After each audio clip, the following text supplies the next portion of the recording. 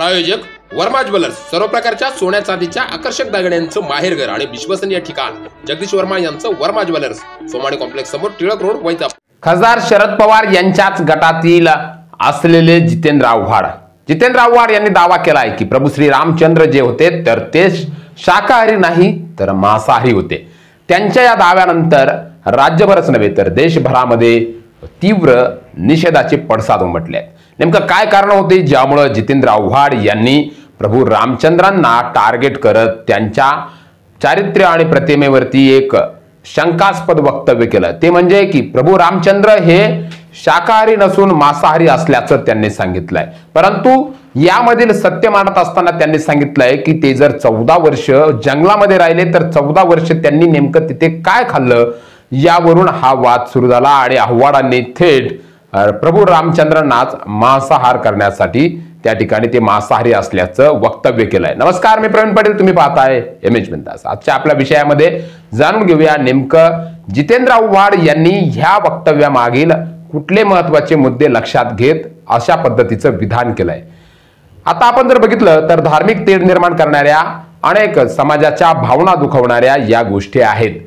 सगळ्यात महत्त्वाचं प्रभू रामचंद्र हे संबंध भारताचं या ठिकाणी एक मोठं श्रद्धेचं प्रतीक आहे।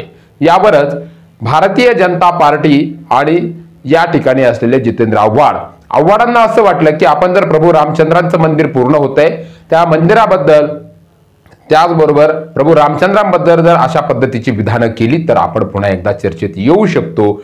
हा मुद्दा त्यांनी डोक्यात घेतला आणि बोलता बोलता एका संवादाच्या वेळी त्या ठिकाणी त्यांनी आपलं मनोगत व्यक्त करत असताना प्रभू रामचंद्र हे मांसाहारी असल्याचा दाखलाच देऊन टाकला।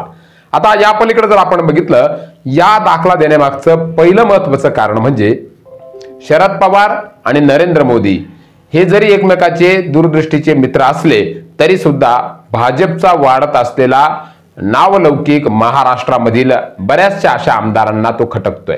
आता भाजपने पुढाकार घेत अयोध्येमध्ये राम मंदिराचं निर्माण केलंय। ज्या वेळेला पंतप्रधान नरेंद्र मोदी यांनी सांगितलं होतं की रामाचं मंदिर बनवणारच, ते मंदिर आम्ही पूर्ण करणार आणि तो संकल्प आता 22 जानेवारीला पूर्ण होतोय। यामुळेच कदाचित भाजपाला याचं श्रेय सरळ सरळ जाऊ नये यासाठी सुद्धा अशा पद्धतीची वक्तव्य विधाने करत प्रभू रामचंद्रांनाच थेट त्या ठिकाणी त्यांचं चारित्र्य त्यांचं पावित्र्य मलिन करण्याचं काम आव्हाड सारख्या अनेक आमदारांकडून होत आहे। दुसरी बाजू जर आपण बघितली, भाजपला टार्गेट केलं म्हणजे आपण एक विरोधी पक्ष नेता होऊ असा मानस जणू आव्हाडांकडे असावा। त्यामुळे जितेंद्र आव्हाड यांनी थेट भाजपला टार्गेट करण्याचा माध्यम म्हणून प्रभू रामचंद्रांना त्या ठिकाणी मांसाहार करत असल्याचं सांगितलंय। या गोष्टी त्यांनी मांडत असताना अनेक दाखले देण्याचा प्रयत्न जरी केला असला तरी ज्या वेळेला प्रभू रामचंद्र आणि लक्ष्मण हे जंगलामध्ये होते त्यांनी हरणाची शिकार केली आणि मग ते हरिण उडत उडत एका झाडाखाली नेलं अशा आशयाच्या अनेक दाखले त्यांच्याकडून मिळत आहेत। परंतु अनेक जणांकडून अशा पद्धतीची पुष्टी आहे की रामचंद्र हे फक्त मांसासाठी त्यांनी प्रभू रामचंद्रांनी अशा पद्धतीची शिकार केली नव्हती तर माता सीतेच्या सांगण्यावरून सुद्धा या ठिकाणी अशा पद्धतीच्या शिकारी झाल्या होत्या। त्यामुळे प्रभू रामचंद्रांनी 14 वर्षामध्ये शबरीची बोरं खाल्ली हे सांगायला जितेंद्र आव्हाड विसरले नाही का? जर आपण बघितलं तर त्या वेळेला ज्या वेळेला प्रभू रामचंद्र वनवासात होते, माता सीता त्याचबरोबर प्रतार लक्ष्मण हे सुद्धा त्या ठिकाणी त्यांच्या सोबत असताना जंगलामध्ये 14 वर्ष त्यांनी फक्त आणि फक्त फळे खाऊन आपली उपजीविका भागवलेली असताना असे अनेक विधानं आहेत। जर प्रभू रामचंद्रांनी मांसाहार केला तर मग त्याचं प्रमाण कुठं मिळालं का नाही, कुठल्या ग्रंथामध्ये त्याचं प्रमाण का आलं नाही, याही गोष्टी खूप महत्त्वाच्या आहे।